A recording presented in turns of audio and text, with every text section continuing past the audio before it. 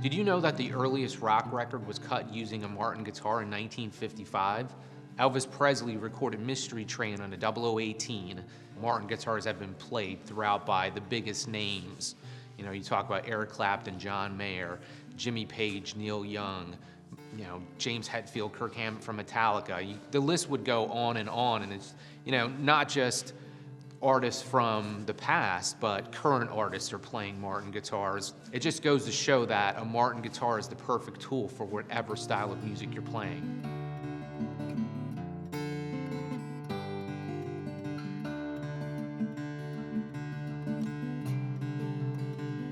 Hey, this is Jason. We're going to take a look at a few of the Martins that we have in our museum that help shape the history of rock and roll. And you really can't talk rock and roll without talking about Elvis Presley, you know, the king of rock.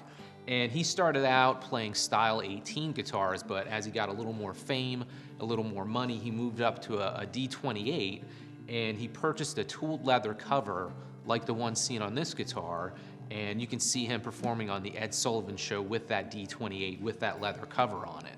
In 2008, we did an edition of Elvis Presley models, and you could purchase the guitar with the leather cover.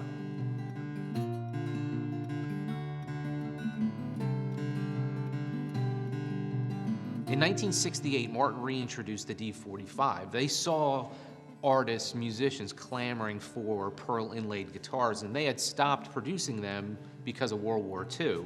So it had been over 2 decades since they built any style 45 guitars, and there were some specific artists that were really into collecting vintage guitars at that point, and one of them was Stephen Stills. And after Martin reintroduced the D-45, him and his bandmates, David Crosby, Graham Nash, and Neil Young, all bought one of the new D-45s, and even Jimi Hendrix bought one, because, I mean, those guitarists knew that the D-45 was the flagship Martin. It was, you know, the pinnacle of what an acoustic guitar could be.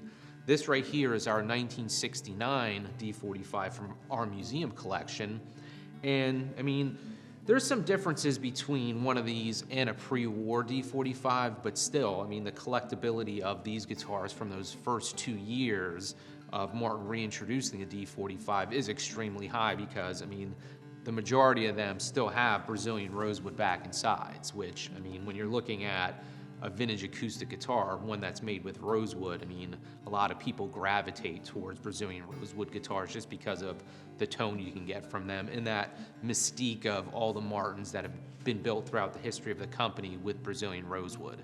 During the late 1960s, there was a big singer-songwriter movement, and I mean, one of the areas that really concentrated on that was Laurel Canyon in California.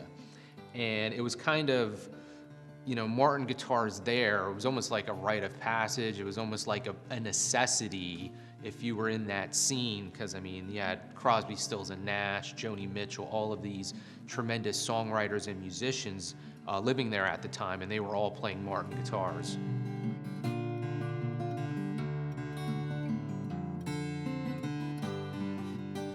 When it comes to rock guitarists, one of those guitarists that's really at the pinnacle is Eric Clapton. I mean, he's referred to as a guitar god to a lot of people.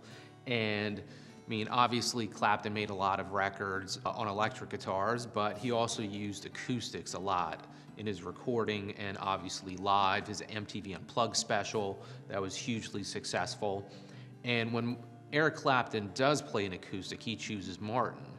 And this happens to be his prototype of the 0028 EC model that was released in 1996.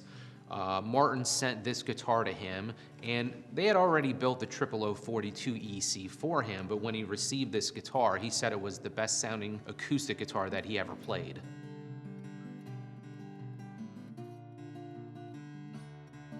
If you're interested in seeing more instruments from our museum collection, check out our other episodes of Museum Moments. Thanks for watching.